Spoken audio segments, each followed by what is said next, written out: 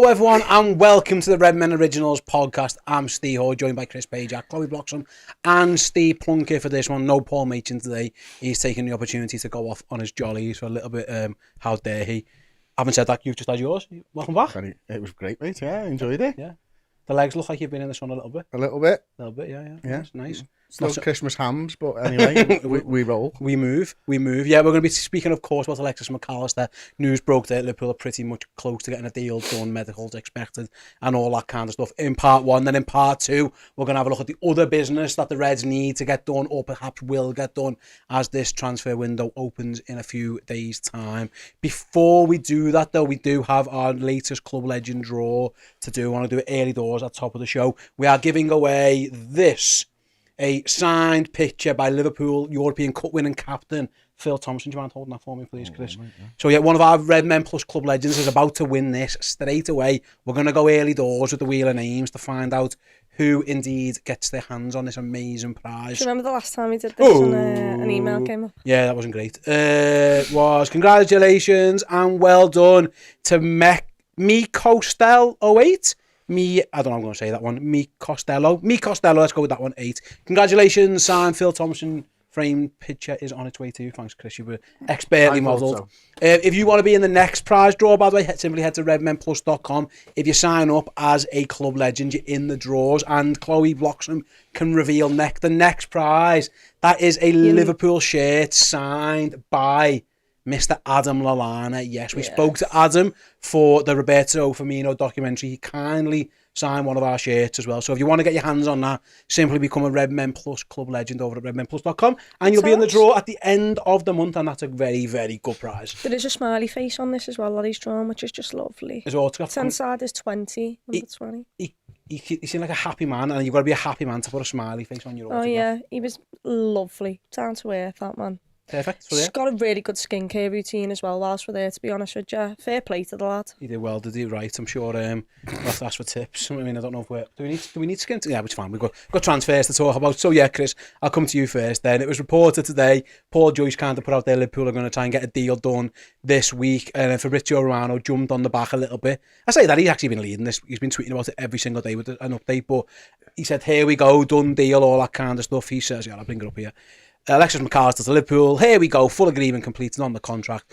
Understand that we've valid until June 2028 on a 5-year deal. Liverpool will pay the buyout clause in the next days, way less than the reported 60 million fee. Medical due to be done, etc. So, I mean, the window isn't even open yet, Chris, and Liverpool got the first piece of business done, which is a positive because there's quite a lot to do. He's going to catch a lot of people out because a lot of people are going away, aren't they? And Liverpool are just getting the business done. I'm sure there's loads of journalists that have just left the country and all that type of stuff. And it's boss news, really, isn't it? I mean, you know, it's a player that we've all had our eye on for a few months now, and going back to the World Cup even, and maybe before that. I mean, we all know about Brighton and how good they are at recruiting, and the fact that they got him in and they put him on loan, and they put him on loan twice, did they? They sent him back to Argentinos Junior. That was part of the deal, and yeah. I think they went. I think did he go to Boca Juniors as well on loan?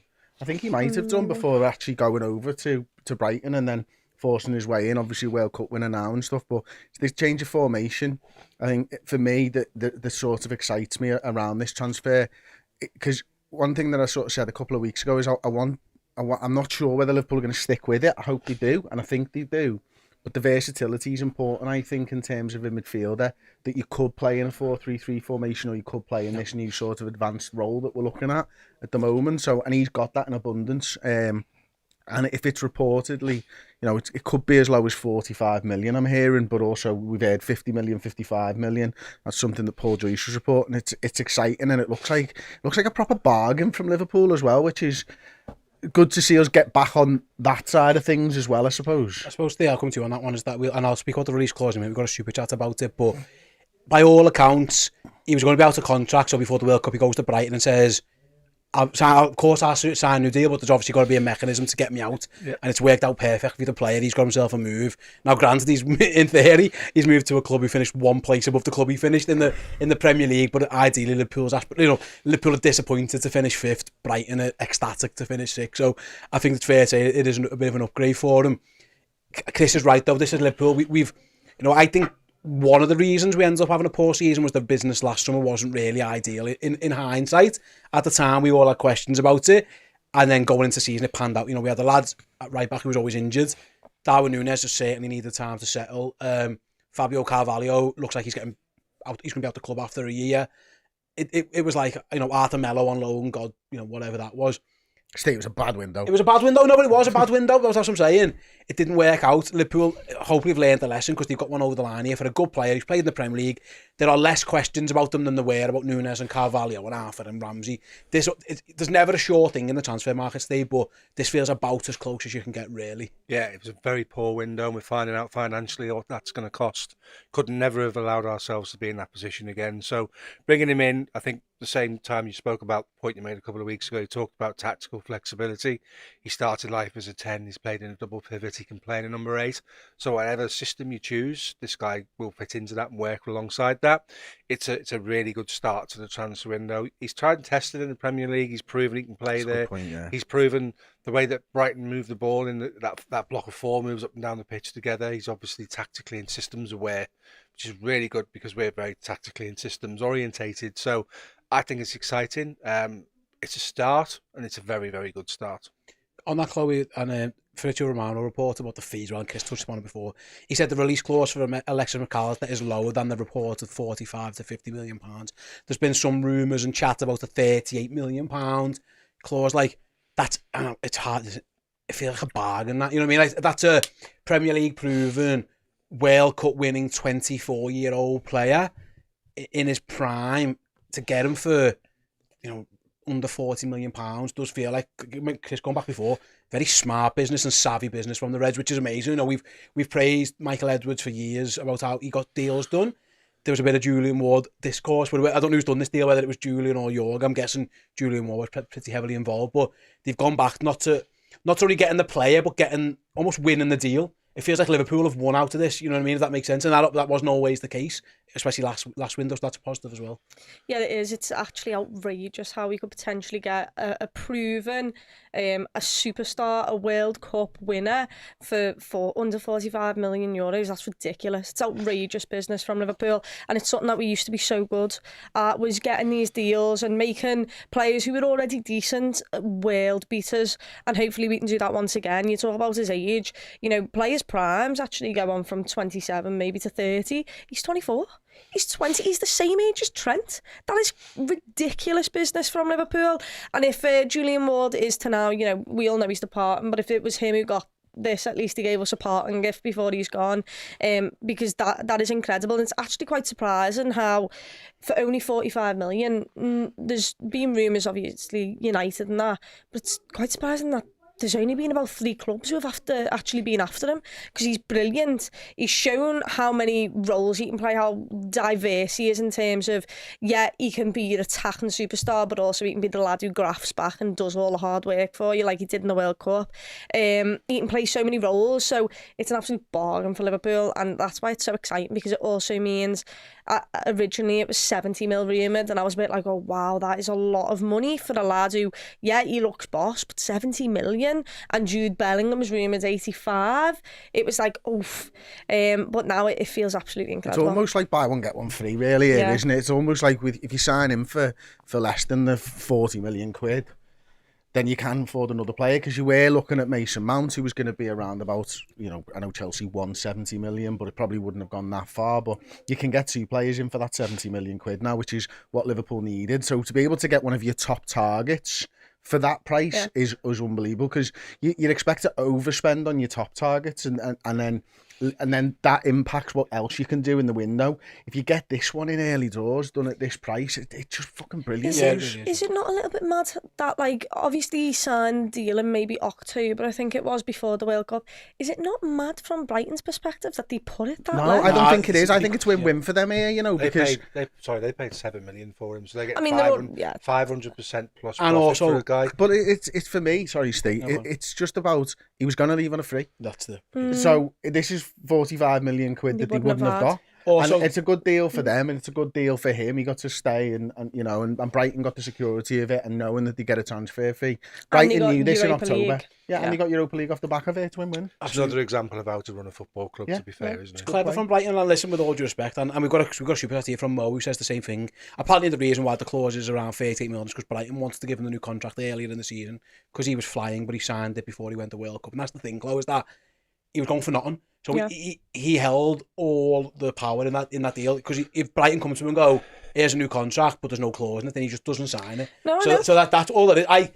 I wouldn't be shocked, and we might find this out in due course. This is pure speculation, because David Ornstein reported it's not so much a clause, but like he called it A mechanism, A he said, mechanism. didn't he? It might be that there's specifically named clubs.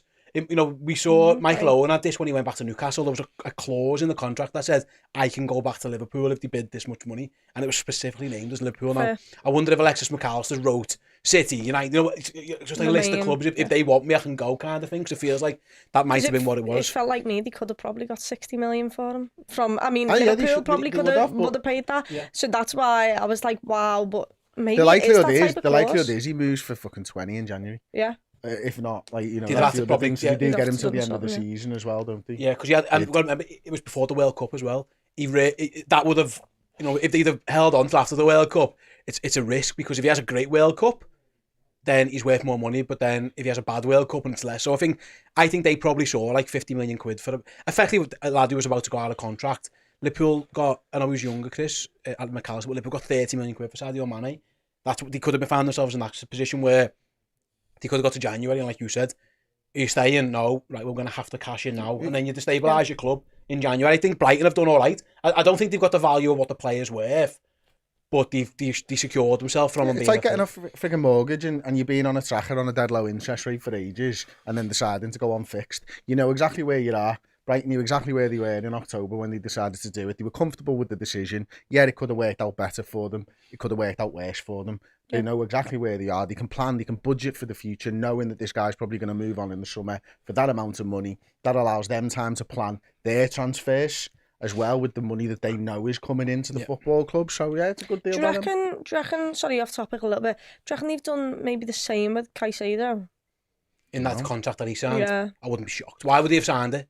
Because they were rejecting £80 million for him in January, so maybe he has got something in him. I like that, because they did it to show him that he doesn't have all the cards. So you talk about Mac Allister holding all the cards in that deal. The World Cup was always going to be potentially quite fruitful for him, given that it was going to be Messi's international swan song, and it proved to be that way. With Caicedo, it was like, we're in charge, be quiet, don't come to training, you're not going to Sale, we're going to put a new contract in front of you, and you're right, Chloe, it probably is a deal in there that says if Arsenal come with £90 million in the summer, they revisit it, he's gone. They pay less for him than they did for Mac Allister. That is insane business. They could end up pocketing like £130 million for two players they probably didn't pay 14 million. It wouldn't surprise me if this is the way the clubs start to move in the direction of, to be honest with you, because obviously Bosman came in years ago now, and since then I don't think the clubs have ever really got their head around how to manage the end of the contracts. They end up selling them with 2 years to go because they don't want them to get into the last year, or you end up sitting on them like Liverpool did with Wijnaldum. Whereas this is a good option for football clubs now, where they go, actually, you know what, we want you to stick around. We're going to give you more wages, because he'll have got more money off the back of this. Let's not forget that when he signs this new contract. And we give you that option to, if somebody comes in at an agreed fee that we're all happy with, that you move on. It's like Liverpool could have done better out of the Mane if we'd have done that with him. And and Brighton seem to be that football club that have good relationships with their players.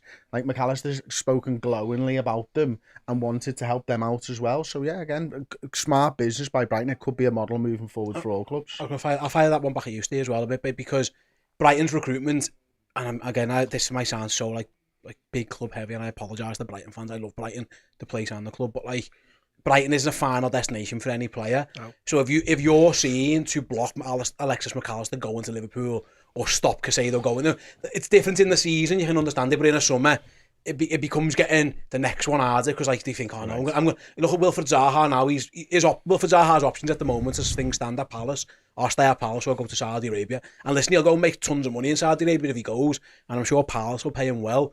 But if you're, who's the next one? Who are you going to recruit? If they're in the market for the same players as Brighton, Palace, well, look what happened to Zara. He got stuck there. It is clever. Brighton, they know what they do. The scouting is fantastic. They've already got they've already got Mo Dahoud lined up to replace Alexis Mac Allister. They're really switched on, and it feels like, again, more joined up thinking from them. Don't stand in the way of anything. they should encourage players going to Liverpool. Leipzig have done it really well Yeah. as well, and Yeah. players go there to the Red Bull group because they know that they're going to be able to get off. Come and join us, and play well. And by the way, there's a move. There's Cucurella going to Chelsea, or there's Alexis Mac Allister going to Liverpool. It's smart on their behalf as well. If you want to get to the top table, you've got to build there in incremental stages, and you've got to be prudent, be clever and savvy with your business.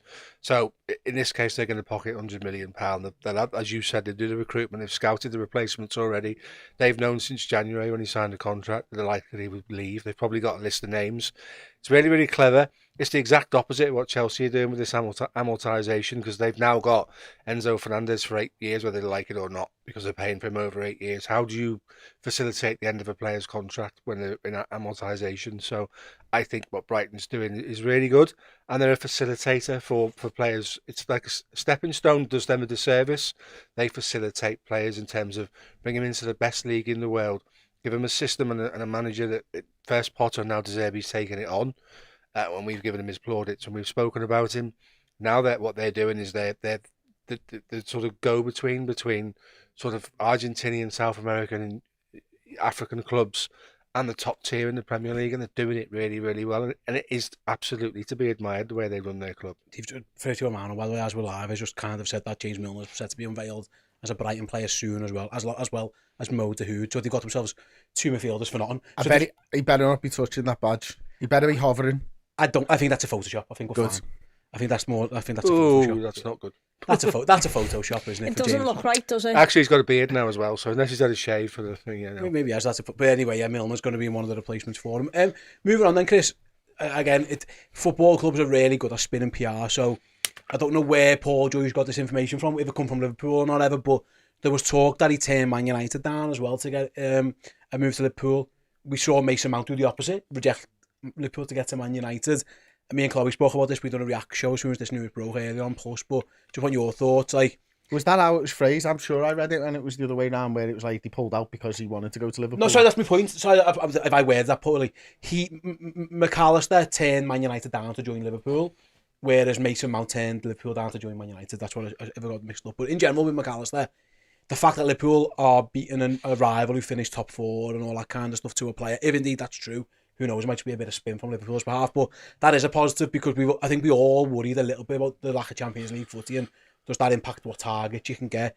It doesn't seem to have had an impact, because it looks like Alexis Mac Allister might have had a move to a Champions League playing side if he wanted it. So again, we've spoke about Jürgen's always said, get me in a room and I reckon I'll be able to get a player. It looks like that's happened to him, which is a positive. Yeah, it does. And listen, the Europa League will have made a big difference on this, because we heard a few weeks ago, didn't we, the fear-mongering about Alexis Mac Allister wanting European football, and I think at the time it was first reported as Champions League football, and then it got downgraded to European football, didn't it? Which, Liverpool, when the links first started with Mac Allister, we probably weren't looking likely to even get into the Europa League. No. But the pulling power of Jurgen Klopp, the pulling power of this football club is absolutely massive.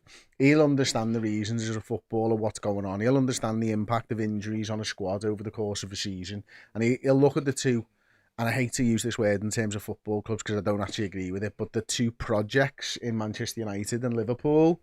Now, on the surface, Manchester United, Champions League football, they won a cup, of course, but it feels very much like a veneer to me. It doesn't feel like the back. It just feels like you scratch the surface and the same old problems are going to exist there next season. I think Ten Hag is moving them in the right direction, but conversely, Liverpool feels like a hiccup.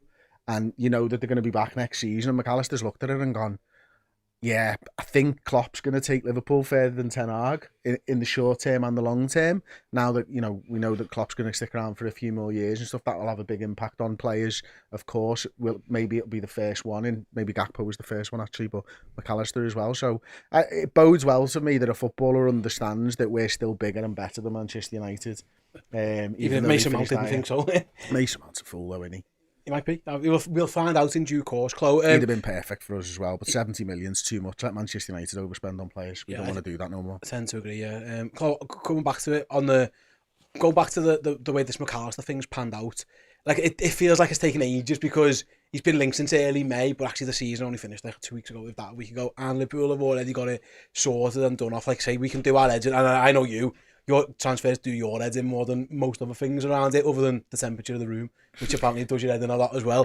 But in fairness, got your t-shirt back. Yeah, I think you were enjoying that before. Yeah, use it as a blanket. But Blanket. like, there was worries, Chloe, like Liverpool has been a bit of a shambles for the year, not just the football team, like the whole thing. Like, are we for sale? Are we not for sale? Yeah. He's the sporting director. Well, he's leaving. Actually, now he's leaving, and there's the new one. Oh, by the way, he's only here for the summer because we couldn't get who we wanted, etc., etc. And it feels like it has been a little bit like, you know, the manager wanted to give him a contract, but the manager wanted to give Milner one, but they didn't. And it felt very, very messy. This is quite reassuring to me that they're still, you know, hopefully they're getting some way back to be able to operate at that level as a club. Because I thought Liverpool from pretty much the day that Jurgen Klopp arrived have been like the gold standard of everything. You know, the data and the transfers and all that and contracts. It wasn't like that. Now it looks like it could be. Yeah, it's reassuring to see that at least. Bless you. Oh, hello. Sorry. It's reassuring to see that Liverpool have hopefully, and I'll mention FSG in this. FSG have made a lot of mistakes at Liverpool Football Club. What they've actually done is when our fans have came out or when we've walked out in the 77th minute because you've tried to put the prices up, they've reversed what they've done, or they've gone back and they've stepped back. When they've tried to obviously trademark the word Liverpool as well, they had to go back on that. The Super League, they had to go back on that. And hopefully they've looked at what happened last season. They've looked at how the club's been in a state and how a fan base that was so united is actually, you know, fallen apart a little bit at the seams. Hopefully they've stood back, and with this they've turned around and said, yeah, we can't do that, especially not with our entire system of, you know, the sell to buy thing. To even get back in that department, we've got to invest now. We've got to make sure we have the players who we could potentially sell at some point. And look, hopefully they do understand that this one signing is just, you know, a domino effect for more to come in. It's an unbelievable first signing for Liverpool. It really sets the tone. Get it done early before anyone else has signed anyone else as well. Make sure that, like, everyone also knows the competition that we've had to fight off here as well. And then, you know, it settles the fans. The fans are like, okay, well, there's the first massive star. And not just is he a massive star, what we've been recently doing wrong, where I'm not saying Darwin Núñez wasn't worth 80-something million, but that price tag looked a lot. It still looks quite a lot. The fact that you've got Mac Allister for potentially under 45 million, and then you can potentially go and get Thuram, Kone, a centre-back if you really wanted to. Bring another in there in case, you know, for backup in any other areas. It calms me, and it makes me very, very excited for what we do next. The mad thing is, just to sort of riff off Chloe's point there, is that, like, this could all potentially be done for the Bellingham fee, which is again something we were all talking about, you know, only a few months ago, isn't it? And it's still disappointing. I know the Bellingham fee came down, didn't it, to this reported 85 million or whatever now, but it was 120, 130 when we were Still all think it might be, by the way. and it could be, yeah. And like, it wouldn't surprise me if we sorted and boxed our midfield off for the next 5 years for that price. Yeah. You know, and there'll be some people watching this now, and I agree with them, by the way, going Bellingham would have sorted the midfield out. He would have. He didn't need the help. I think we'd have probably needed another 30-40 million on top of that. Yeah. Like, you know what I mean? But it's shrewd business, I think, is what Chloe's trying to say. I still want to see more investment from FSG, if I'm being frank. I think, you know, the 3 midfielders would be fantastic, but I want to see 4 or 5 players coming in. I think Liverpool need to go out and spend still probably closer to 200 million quid to sort this squad out properly and get us absolutely back to be able to fight on 4 fronts next season. Yeah. Hopefully, you know, FSG do pull the finger out, but I think it's more likely that it's Jurgen and the people who work at the football club who've decided that the last summer can't happen again. Well, funny enough, Steve Ryder in Discord literally said, Klopp admitted he got it wrong last year on recruitment. He'll want to be done before the season starts, and this is a sign of that, and Steve's right. Having it done, and first day pre-season training, all the lads coming in, working on the system together, that's invaluable. It sends a message, though, more importantly. We've literally just told Arsenal, City, Newcastle, United, lads, get ready for us next year. We're going for it. And I genuinely can't believe all these other teams are not kicking themselves. If I was fans of other opposition, but this is the work that Ward must have done, because this doesn't scream to me like it's been done this week. No. This is you're right. There would be 10 clubs lining up for Alexis Mac Allister, but Liverpool have obviously got in there early within the confines of the laws, of course, and boxed that shit off so that nobody else can. Alexis has been to Blackpool recently. Maybe that's what it is. Mate. Yeah, and but it's good. It's exciting, and look, we've realised that we can't have the same problem. The entirety of the inside of the club has realised that, because let's be honest, every other week someone else was announcing they believe in Liverpool, and I was like, what is, it's like we're going up in flames. It's like that, you know, where someone's swinging, that picture of someone swinging the child, and there's just like a house on fire in the background. That's what it felt like. So to see us really send the message out to everyone, get business started straight away, it shows that we mean business. And we've also been thinking about this ever since Liverpool have been shite. They have been. We got a super chat from Neil O'Callaghan. Thank you, Neil. €11.99. Says, a great sign, but FSG needs to do more. It needs to be known that winning is costly, but losing is greater. Cost with no rewards. We did so poorly. FSG have left a costly mess to clean up, and that's what you said, Chris. Like, they do have to pull. There's more to be done, and we're going to be speaking about that in part 2. What else we think we need to be done? So I know we've got a super chat from Mo. I'll save that for part 2 when we start talking about specific players and stuff. But to wrap this one up, I'll come to you. The interesting thing is what this doesn't do for me. It still doesn't clarify to me what Liverpool's formation was going to be next season. It doesn't, like, there were obvious signings that if he goes in, that means they're probably going to go back to what they wanted. Mac Allister, which is a good thing, he can play as a number 8 with the traditional 4-3-3. He could definitely play as one of the number 10s in this new MW formation, or, you know, the 2-3-5 or whatever you call it. Again, it doesn't give you that many clues, but like I say, that's a positive. The fact that you've got a lad who, you know, you don't have to shoe on into a team. Whatever Liverpool decide to do, Alexis Mac Allister fits. I think he's like an 8 for me, because he can play in a double pivot. I've been saying for a couple of weeks now, don't be surprised if we don't buy a specialist 6, because you don't have to when you've got a double pivot, because you've got 2 guys there instead of one, like Fabio used to work left and right to fill in the spaces and intercept and win balls. It's different when you've got 2 bodies in there. That's why it works for Thiago to be in there as well when we did that. Yeah, it is an interesting sort of dynamic on what we do. It gives us flexibility.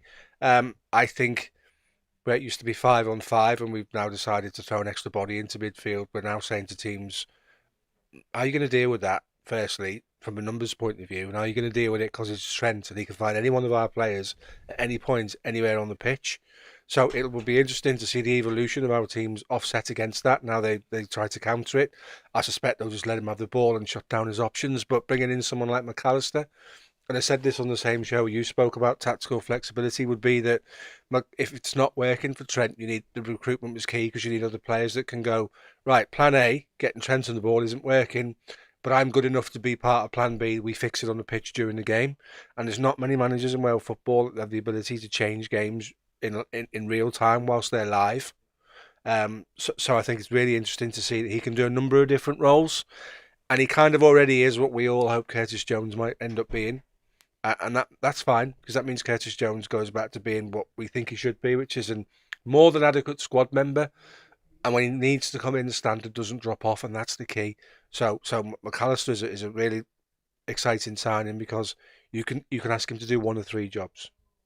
No, sure, you definitely can. Like I say, Brighton is still, by the way, I know Andy Naylor in the Athletic at that time, were like, you know, Brighton are still saying nothing's been agreed. I think what we're saying is doesn't really need to have Brighton's permission just yet, because Liverpool can just activate a release clause at some point over the next couple of days, which is what Paul Joyce seems to suggest. In part 2, we're going to be speaking about the other business that Liverpool need to do. Got a couple of names, a couple of positions, all that kind of stuff. Before we do, just want to give you the heads up on redmenplus.com. We've got an exclusive podcast with Jamie Carragher. Paul travelled all the way, as Jamie Carragher put it, down to Crosby to speak to him. Not about transfers per se, but with the current Liverpool squad, who can stay, who can go. Trent Alexander-Arnold, Joe Matip, Joe Gomez, and all that. So yeah, we'll be back with part 2 after we a little teaser from our chat with Jamie Carragher. See you in a sec. Well, thank you so much for taking the time. Thank you. Thanks for making the journey to We've Crosby. come to you. We're on College Road. Redmen TV have finally come to Jamie Carragher's horns. I normally have to go to them and speak. The arse end of the world. Welcome back. That was a very quick break. Probably too fast. In truth be told, I had a mouthful of Dr. Pepper as Tom started counting me down there. It's all good. We're professionals. We move on. Right then, we spoke about in part 1 there about Alexis Mac Allister. Near enough completed by all accounts. And that is going to be what we hope is the first piece of business of the summer. Chris, I'll come to you. There's more, you mentioned before, there's more that needs to be done. Before we speak about names, there's loads of midfielders being linked to Liverpool, and we'll touch on some of those in a moment. That's one down, potentially. How many more midfielders would you expect to see, and how many more do you think? I think Chloe puts 2 fingers up for it's an audio version as well. Chloe, No, I was just giving him an just letting Chris count to 2. Okay, Chloe thinks 2. Yeah, I think 2 as well, to be honest with you. And I think, without talking about the players, one thing I will say is that the players that we will go on to talk about, there seem to be a very physical side to these players, which I'm sort of liking the links of, because I think when we were at absolute peak, we had a physical, industrious midfield, and I think with the players that we're being linked to now, 6'3", 5's, 11s, all this type of stuff, big, strong men going in there, it seems to be very much if you think of like when Arsenal won the league titles under Arsene Wenger, the one thing that Arsene Wenger got absolutely spot on and changed the game with, apart from all the sports science and the dietary requirements of being a footballer and stuff, he had a fucking physical midfield, and then he went technical, and he didn't win anything when they went technical, when they lost your Paddy Vieiras and your Petits and all that type of stuff. And I think that's what Liverpool went a little bit too much. Thiago, as much as I love him, very technical footballer. Harvey Elliott, very technical footballer. Players that I really enjoy watching. Carvalho, very technical. It seems to be a reaction to that now, and a big swing where we're going, no, we want to dominate teams in the middle of the park again now, and this is what we're going to have to do to beat teams. So that's something that I'm really liking the looks of at the moment. I think there's still, for me, listen, I know people will be out there and maybe you guys will disagree, there's still question marks over Fabinho for me. So I would certainly be looking at the future of his position, if not the present. I'd be interested to see, if we do sign a DM, what that means for Bajcetic, because that might mean that he moves up further up the field, or are we going to wrap him in cotton wool for another year and stuff like that, see how his injury heals, all that type of stuff. But ultimately, I think it's going to be an area of the team that is going to probably be the rotated the most, and therefore we might need 3 new signings to complement the players that we've already got. 3, including Alexis Mac Allister. Yeah, makes sense. Stay, I'll come to you. So, in Paul Joyce's article about the Mac Allister stuff, he mentioned Thuram, he mentioned Lavia, he mentioned Gravenberch. There's been reports to Manu Kone as well. They're probably the 4 midfielders at the moment who have been most heavily linked. Again, how much truth in all those, time will tell. That does suggest, like Chris says, that there's a profile there. They're all, one of them 6'4" for a start. Big lads, get about the pitch, more energy. We just saw Manchester City win 2 trophies. They're probably going to win 3 because they've got the balance right between the physicality of the game and the technical side. Like Chris said, you can afford to drop Bernardo Silva, and he runs his nuts off for a start. But there's Rodri's in there. You can't get the ball off Rodri. Yeah, he uses his body so well. Fernandinho did it so well for years. Yaya Toure, as for all your David Silvas, you still need a little bit of that. And by the way, some of these lads are technically quite good as well. And also couple that with the fact that they've got a 6'+ centre-back playing in midfield who's winning his battles in John Stones every single week. That adds to the physicality. It does. It absolutely does. And Liverpool hopefully have the same with Trent, not 6 foot, but Trent's certainly filling out in terms of his physicality. What I like, Steve, about this kind of stuff is that if these links are all right, and we don't know, again, who knows where it all comes from, but there is a profile of player that we can spot here. Mac Allister and Mount seem like similar-ish in terms of profile. Kone, these other, Lavia, etc. There is a profile, lads. They're big lads, get about the pitch, give you energy, but can still play footy as well. They're not just yard dogs of an age, which, between 19 for Lavia and mid-20s, I think for the other guys, all under 21s or whatever, pretty much internationals. There's some, again, it feels like there's joined up thinking, and I agree, like Chris says, it is something that Liverpool probably do need to add to the side this year. The biggest problem we've had is being overpowered in midfield, the physicality. So you live and you learn by your own mistakes, don't you? So you go away and you think, who's the best person to deal with that? So if you look at Thuram, for instance, 6'4", same size as Gakpo, so we are definitely adding physicality to the squad. He's kind of more of an advanced player, and I really like that. So he would probably play on the Curtis Jones side, to be fair, would be a notch or 2 up from where Curtis Jones is at the moment. But you're exactly right, the physicality thing is massive. There were times this season when if you could isolate our centre midfield 1-on-1, so if you're Caicedo and you've got facing up Jordan Henderson, you think you can beat him physically. And we've seen that. That's just how it works out. He's a lad coming through at the peak of his physical powers. Jordan Henderson sort of now in the final chapter of his career, so to speak, and there's been all of those things, but this is a new breed of young, athletic, physical players. A good big one will come out on top of a good small one every single time, only out to coin Paul's phrase. That's absolutely true. So if we're going buying big physical lads to stop that from happening, then our much maligned centre-backs who've been faced the Alamo many times this season in terms of where are all these runners coming from. Dewsbury Hall against Leicester is a classic example. Once you bypass the midfield, a good number 9 takes your centre-back for a walk, you're in trouble.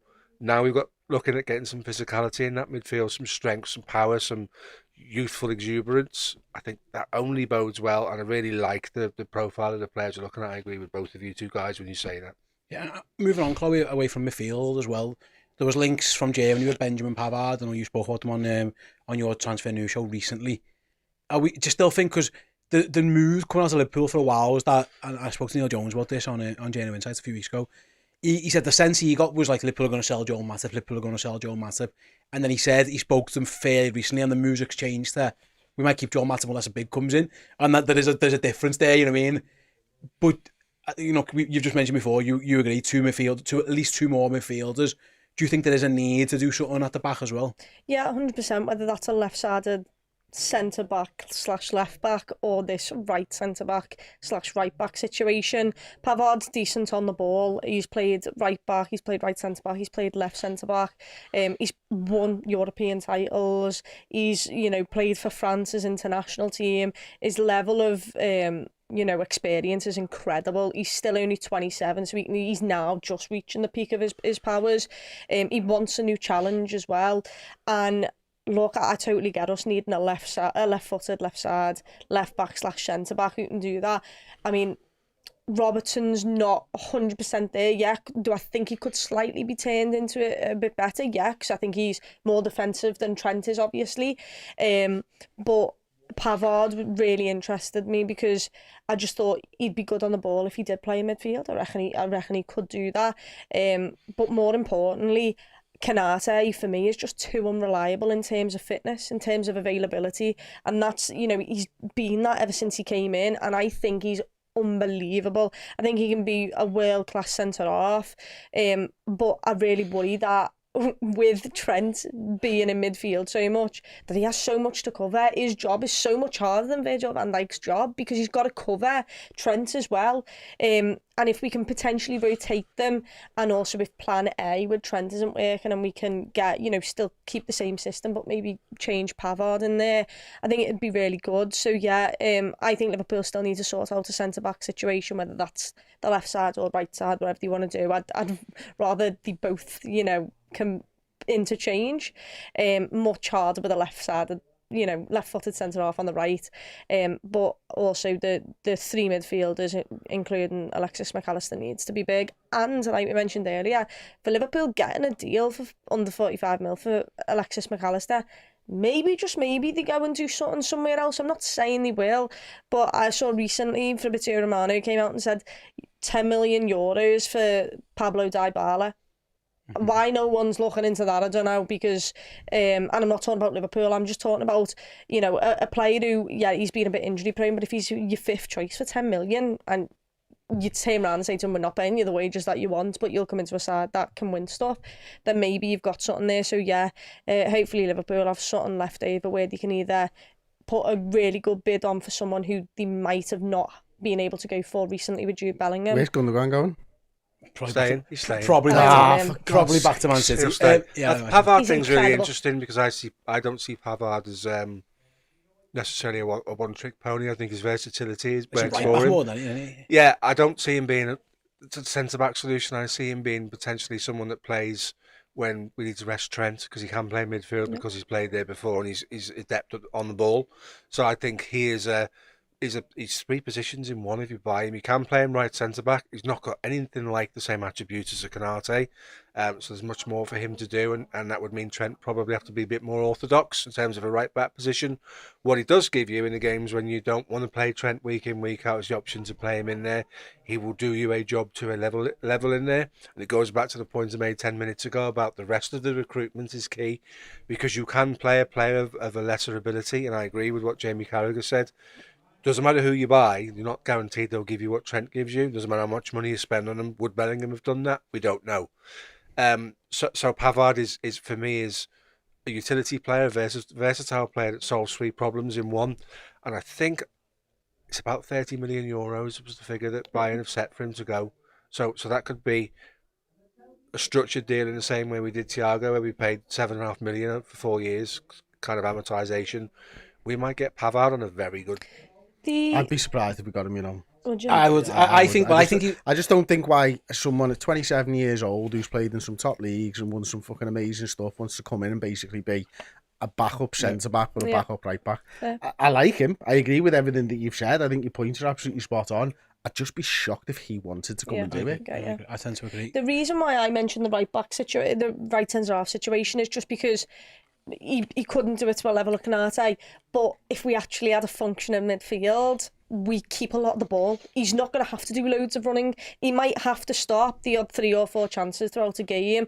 And if you can make only 2 of them, you know, if you can stop 2 major chances and only 2 of them are big chances, then he's really not got much to do. Liverpool this season have been all over the place in midfield, not knowing when to press up top.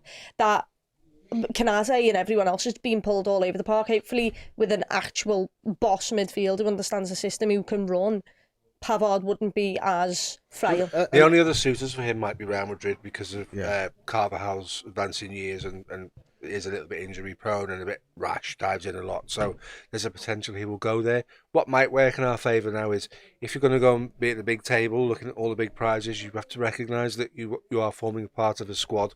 Look at Manchester City, they've got 2 in every position that will get in any other side in the Premier League pretty much. At some point, these players have got to realise if you want to go and be involved at the final end of tournaments and Premier Leagues and La Ligas and Bundesligas, you're going to have to form part of the squad because football is changing where you can't use the same guy. Years ago, Liverpool used to say that the squad today is the same as last season. You can't do that anymore. You have to change it up. You have to mix it. We'll get the best out of Trent by finding someone that can give him a day, give him a couple of weeks off, not at one time in particular, but rest him when we need to rest him instead of keep going to the well and drain the player, because we've seen him for 11, 12 games in this new role.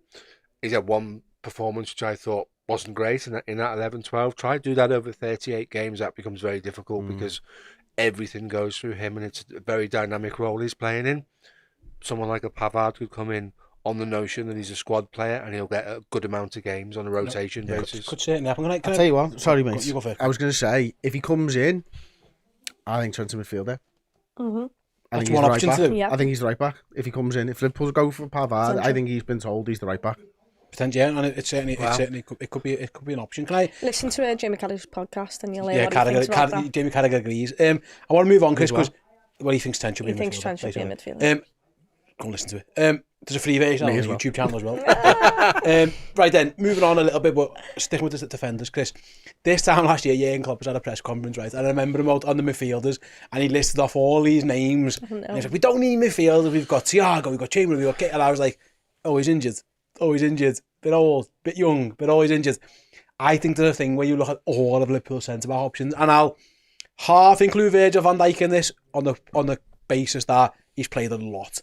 But even if you're okay with Van Dijk, you go Gomez, yeah, injury record and form record, and there's definitely a question mark about overall ability. Ibu Konate, I think there's definitely a question about the injury record, and he's still developing. You know, for all the good he did, he still had a few clangers in there a little bit along the way, so there's still development to be done. Joel Matip, age/injury record, like I get the sense Liverpool might be comfortable going into next season with the same group of 4 that they had. But I think that's madness. I don't think they should. But that's my underlying worry, is that there's reasons to keep all these lads, whether it's age, whatever, and levels. But the flip side is, I am sitting there like I am with the midfield thinking, you know, one lad who's, you know, in Virgil, who's still brilliant and he'll play every game as he can, and then 3 guys with questionable injury records, asking them to do a lot of running. By the way, if Trent Alexander-Arnold is going to carry on doing the hybrid stuff.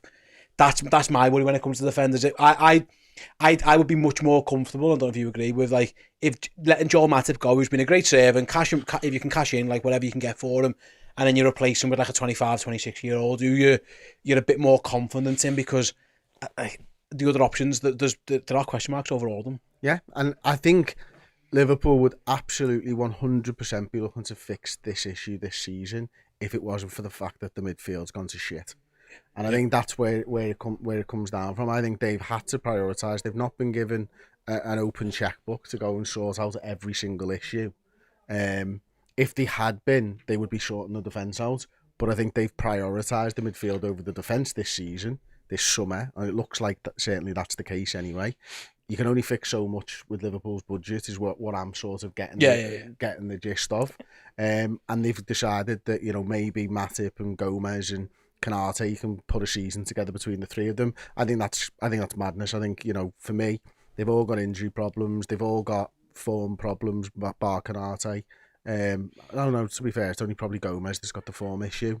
I love Matip had a great season. I thought Virgil van Dijk had a shocking season, but that's probably by his standards, Yeah, so, look, there is issues, but can you fix it all in one window? That's all I'm saying. We'll soon find out. I think you'll see an improvement in the defence, taking Chloe's point before. If you've got a midfield that doesn't allow runners, because all I'm doing as a number 9 is saying to Virgil van Dijk, I'm taking you for a walk, mate, because I know the rest can't go. So he quite rightly, and the Perisic tackle is probably the best example of when things haven't worked for Virgil this season. I think quite a lot of the flack that's gone his way is to some degree a little bit of an overreaction, because he's tried to do other people's jobs. He should never have been over at right back position trying to take the ball off Perisic. He should have trusted his teammates to do that. The Leicester goal, will go back to the Dewsbury Hall, it was just pulled out of position and then he just beat our midfield and it was like the Alamo coming at him. So I think if you, like you said, if you solve the midfield, you get something back along the lines of the Virgil van Dijk you've come to love. I expect at least 4 signings, 3 at the midfield and 1 centre back, and I think they should be able to do that, especially with this deal that we've got on Mac Allister. I think I tend to agree. Mo Mohammed with a super chat there says Inacio is the dream. He can play left centre back or right centre back. Yeah, fair enough. Yeah, he still had that sporting. Yeah, there's that Van der Ven as well, isn't there? Yeah, he also the speed of him, like, incredible, isn't he? And then he says Vieira or Musiala are the only 2 under-21s to have 10+ goals in Europe's top 5 leagues. Maybe their options as well. They're more. Vegas boss. Musiala, good luck trying to get him out of there. And then one question. Who wants to answer the question, Chloe? I'll come to you. Addy with a £2 super chat says Kone or Thuram. Who would you rather have? Thuram. You play with him on FIFA, don't you? Yeah, all the time. He's incredible. For a start, his dad's Lillian. I mean, that's enough, isn't it? Like, we just signing lads, Mac Allister. He's from football and royalty. He's got an older brother, and he's like 3 years older. He's going to be moving on this summer as well. Like, so I'm 6'3", 6'4". He's got, like, I think he's like top 4% in goal creating actions across Europe, top 5 leagues, and maybe top 11% in goal creating actions, top 4% in shot creating actions. Progressive carries into the box is ridiculously high. Like, this is a guy who is comfortable dribbling and taking players on in the final third. And that's where Liverpool have been the most redundant at times when teams have parked the bus and we've moved the ball too slowly. Yep. You want people who can get in and get shots off and all that type of stuff. And I think he moves the needle for us, I really do. Kone's an interesting one for me as well, don't get me wrong, Manu Kone. But Thuram just seems to be physically better. His stats are slightly better as well. He's a little bit more dominating. I think if you're looking for somebody to have a bit of a high press with, then Thuram can fit in nicely. Kone might be more defensive, a little bit more defensive. Absolutely. Curtis Jones has carried the ball really well towards the end of the season. I think it's scary to think that on a counter-attack, which Liverpool love a counter-attack, Thuram carrying the ball up that pitch is a very scary thought. And like one of your FIFA goals. Yeah, that's what you're after. 5 at the back, counter-attack. But I mentioned Paddy Vieira before talking about Arsenal. Like, that's the kind of player that he reminds me of, and hopefully he goes on and comes to Liverpool and has a career like Paddy Vieira. But like when he dribbles with the ball, lad just bounce off him. Yeah. You know what I mean? So they're more flamboyant in the way he plays than Vieira. Vieira was just pure straight line power, wasn't he? He was a vertical player, absolutely, and amazing at what he did. But it's an interesting question. By the way, people watching or listening, go on this feed now, whether you're on the YouTube or the podcast. I spoke to Josh Williams, this and covered, and he listed off a big whole list of names of the attacking midfielders Liverpool could be in for this summer. So after you've listened to this or watched this, do go and check it out. And spoiler alert, some of the names that we've already mentioned will come up. Both of these 2 players? We might do, but that wasn't Addy's question. I just posed you this question. Why have one when you can have both? Yeah, fair enough. Where do you reckon, like, if we were to muse about where Thuram would fit into this side, where does he fit in? Left side. Curtis's role. Isn't that where Mac Allister fits in? Right, plan the right. I think I'd swap. Played on the left, Mac Allister. I think I'd have Mac Allister on the left and Just Thuram in doing between. the Jordan Henderson role, but He can't. he's He's more attack-minded than that. And That's fine. I don't mind him. If you watch his sort of highlights, it's come from the left. Yeah, they both. Yeah, that's They really both do, As though. long That's as the he thing. finds And then Manu himself in the Kone's box. deeper, so neither. Like, I mean, maybe Jordan Henderson's getting in the team again next season. At this rate, that's what we figured out. I want to move on. That's actually why I asked the question, because I think both of them suit the left side Yeah, more. they do. I think McAllister will be fine on the right if you had to, but you don't want him doing doggies back either. Anyway, we'll leave that for another day. I want to move on to the Fabio Carvalho story. I'll start with you, Chris. So it's been revealed that RB Leipzig bid £10 million for him. Liverpool rejected it. RB Leipzig, according to David Lynch, are going to come back with a second bid, even though Liverpool have signalled their reluctance to sell. Again, I spoke to Neil Jones today on JNO Insight about this, and he said the same thing. He said he spoke to numerous Liverpool sources who have all told him, or told everyone, he is not for sale. We do not want to sell him, but they will let him go out on loan. Got a bit of a comment here in the Discord. Sorry, until the fee becomes high enough that they say yeah. That's one thing, yeah, maybe. As is always the case with Liverpool. What's your general thought? Because David in the Discord chat says, I'd be quite disappointed. He sounds pretty entitled if some of these stories are true. He'd be disappointed if you're requesting a transfer at 20-year-olds. I don't know, like it is a strange one because Jurgen's always wanted buy-in off players, and it feels like this lad he hasn't quite got the buy-in. But maybe it's a club decision that they're going to let him go out on loan. There's a chance he increases his value, etc., etc. I don't know. It feels a little bit messy. It all feels a little bit unnecessary. I mean, if you go on Twitter, there's people who are like adamant. Fabio Carvalho deserves more chances. He could be great and all that.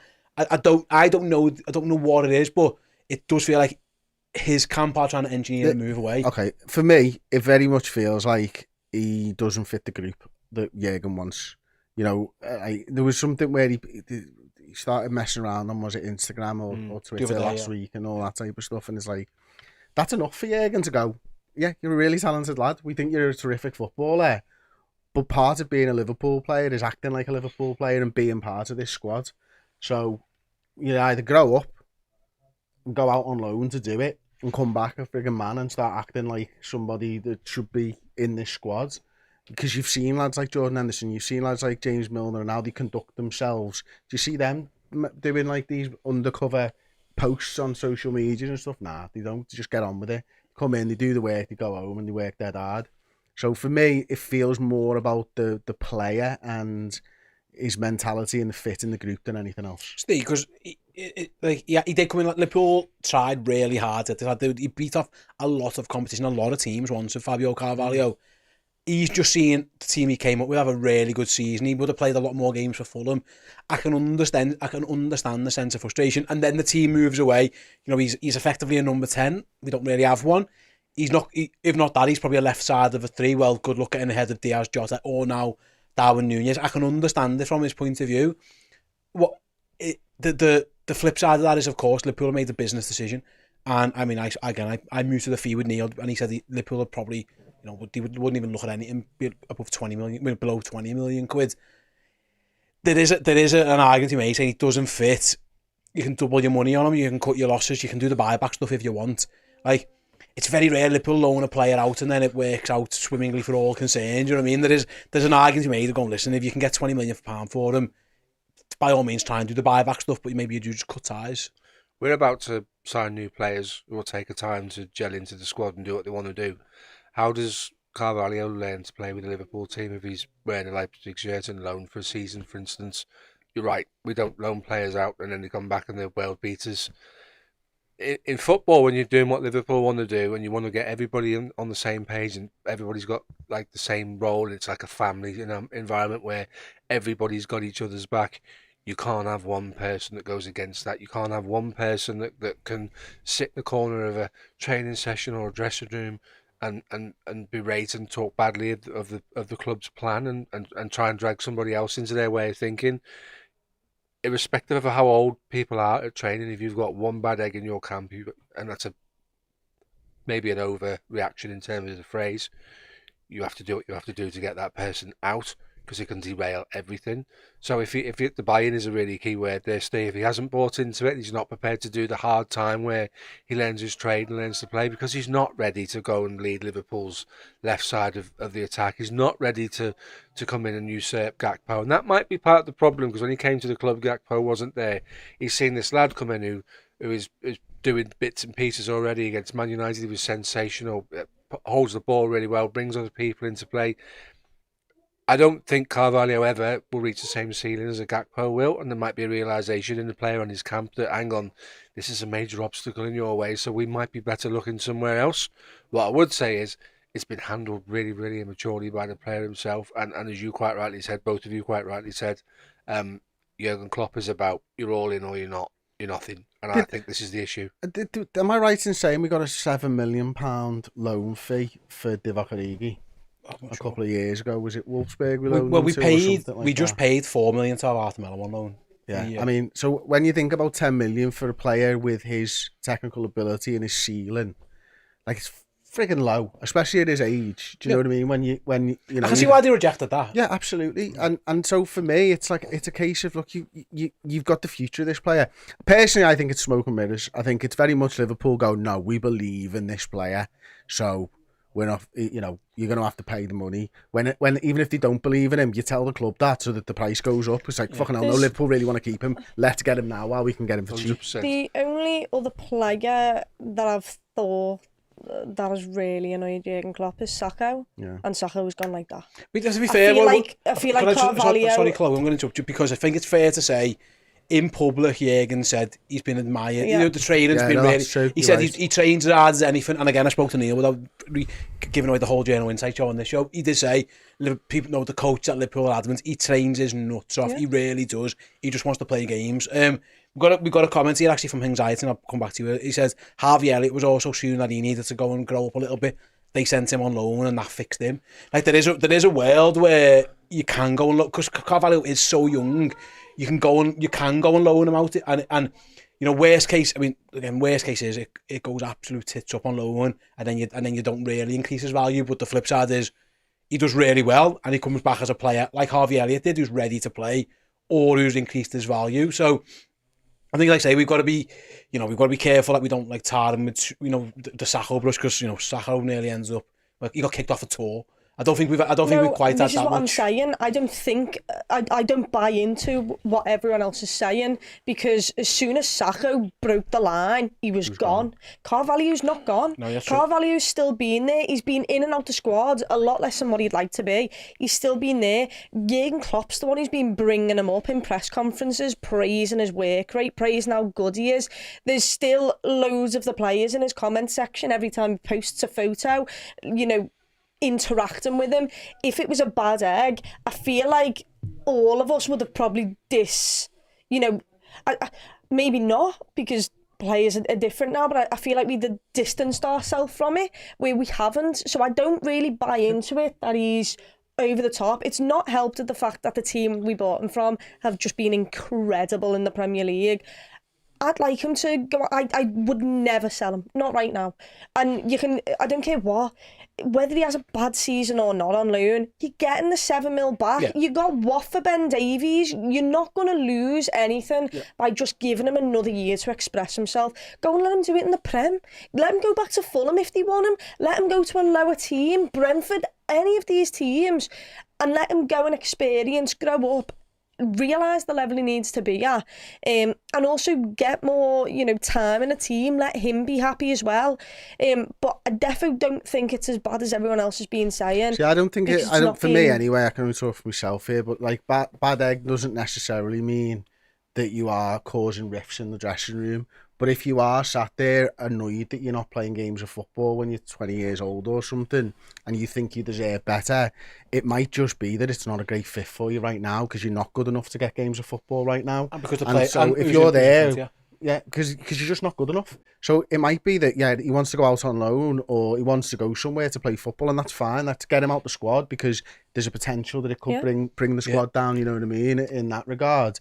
But equally, you might look at it and go, I don't know if he's ever going to be ready. Like, are we moving to this sort of physical side that we mentioned before, where, you know, having another small technical player in there when you've got the likes of Gakpo that he could potentially come in with, who's 6'3", 6'4", who knows? Like, Elliott's that, and Elliott's ahead of him. What I'd say is, even in that instance, send him out on loan for a year is not going to hurt Liverpool, because you bought him for so low. If he goes and does brilliant, but he still doesn't fit Liverpool's system, the sell to buy is what FSG are for. Make him into a player that is really profitable then. This is what Liverpool have failed to do. We've failed to realise when a player has reached their ceiling at Liverpool and sold them or let them go and, go elsewhere. If we would have got loan, I mean, not saying that we should have done this, but Ox and that, if we would have got, these loan fees, João Felix was ridiculous for his loan fee. And he got a red card in his first game and was out for 3. I just think with Fabio Carvalho, you're not losing anything by sending them out on loan and saying you got to reach these lads' level. I'm not sure you're gaining anything either in terms of. Well, what you might gain is more money on the I think if he gets to 20, I think he goes. I think the Klopp comment about he trains really well is a little bit of kidology. It's a bit of PR. He wouldn't come out and say, "Oh, you know what? He's not in the team because he can't be arsed." Don't have him, lad. He's crap. And Klopp would never talk disparagingly about any of his players. He's from that breed of managers that he takes all the flack, he takes all the shots, never puts the players in line for any criticism at all. So it could just be a bit of, like I say, a bit of kidology going on. I think if Leipzig come back and there's a deal there for 20, whether it's 14 with 6 add-ons, I think Liverpool take it, because I think they would. This summer is also, whilst we're purchasing, there's also a little bit of balance in the books that needs to be done. If you get 20 for him, for instance, that means the net figure for Mac Allister is 18 if you go off the figures. Yep. Suddenly, your transfer. Sorry, Chloe. Suddenly, what you're doing in the transfer window is tempered by the fact that you've pretty much got Mac Allister for nothing in modern day terms. Yeah. So go and spend it on somebody else. Yeah, if the price is right, then of course.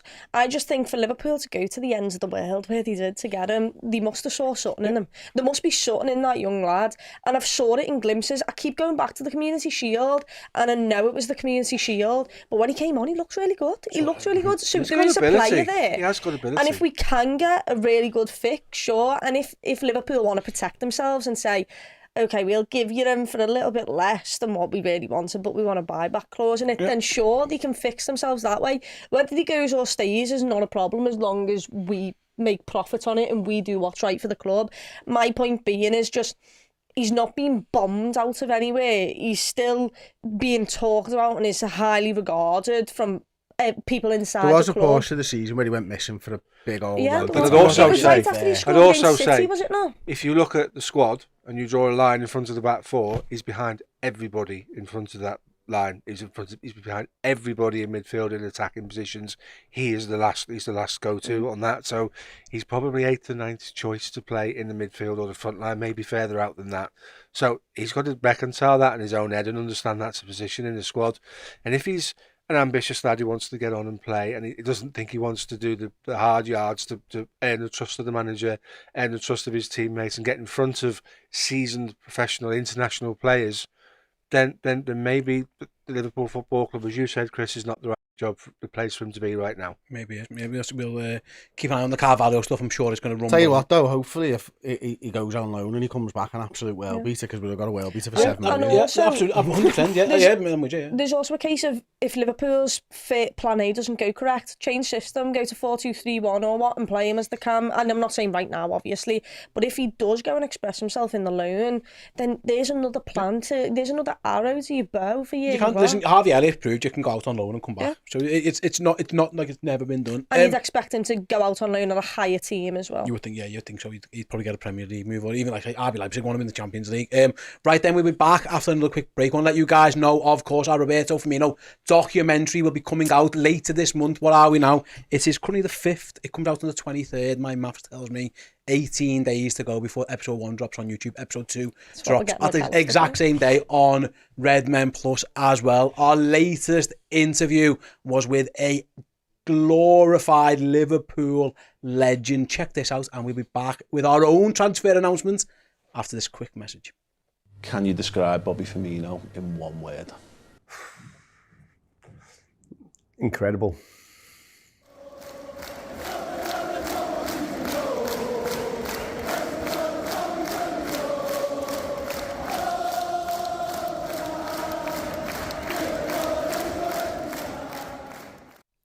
Welcome back. That was quick. Yeah, Ian Rush. That's what she said.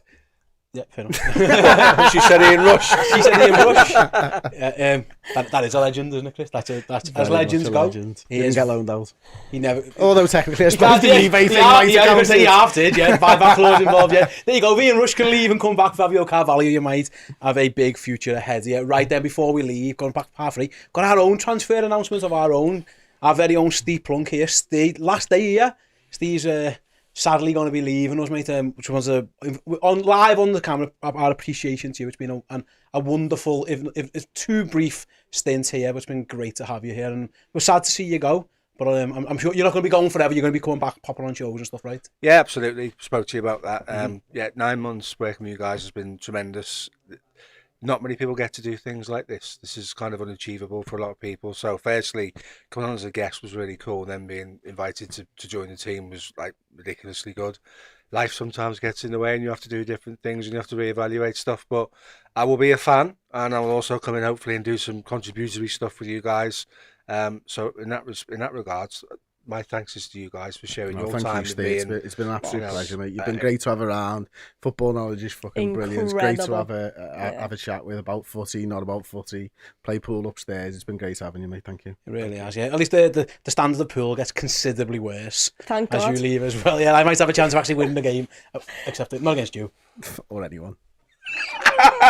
No, I beat Dan the other day. How many days ago? Don't worry about that. It's absolutely fine. Yeah, got some messages here, Steve. So Dan, one of our members, says the same. All the best to you, Steve. So does Jake. Says you'll never walk alone, Steve. Scott Hawks, all the best to you. You were a top man. So yeah, don't worry, Steve will be back involved, of course. But once yeah. Yeah, we've got it on tape now, so he has to. He can't back out now. Okay, yeah. When I'm desperate for a final word, or 2:30 on a Wednesday, I'll be like, Steve, get yourself involved. I'll be there. I want to come and do that. I enjoy that. That's where it kind of started for me. And obviously, as I say, things change. Life changes. You do different things. But most importantly, I made some friends here. Absolutely. So work's work. Friends are a slightly different situation, isn't it? So I'm grateful for the opportunity. Cheers, Steve. Thanks very much. One more show for you to do, though. We are going to be doing the Biased Transfer Podcast up next. Yes, that is our show where we look around the world. We take our Liverpool blinkers off and look what's going on elsewhere. It used to be the Biased Football Podcast. Now, for the summer, it's the Biased Transfer Football Podcast. We're going to be speaking about... Are we still going to have a laugh at Everton? Yeah. Oh, yeah. Every week? No. Pretty much certainly. There's a big Everton laugh coming in this show. There's also chat about Harry Kane, Declan Rice, Karim Benzema, and then we're going to laugh at Everton because that's kind of what we do there. So if you want to check that out, redmenplus.com will be streaming live. If you're watching this live in about 10-15 minutes time, but it'll be there in all formats, video and podcast for you to check it out. But thank you so much for joining us for this episode of the Redmen Originals. It's been an absolute pleasure having you here with us. Thanks, Chris. Thanks, Chloe. And most importantly, thanks to you, Steve. And we'll be back next week with another one. See you all then. Just without Steve. Hey, everyone. Hope you enjoyed that show. Do you want to get your hands on some amazing Liverpool merchandise? Well, if you become a Redmen Plus Club legend on a yearly subscription, we'll instantly send you 2 merch codes to get you 2 pieces of merchandise from redmenmerch.com. T-shirts are amazing. Go and get yourselves one. Simply become a Redmen Plus Club legend on a yearly subscription, and that code will be in your inbox very, very shortly.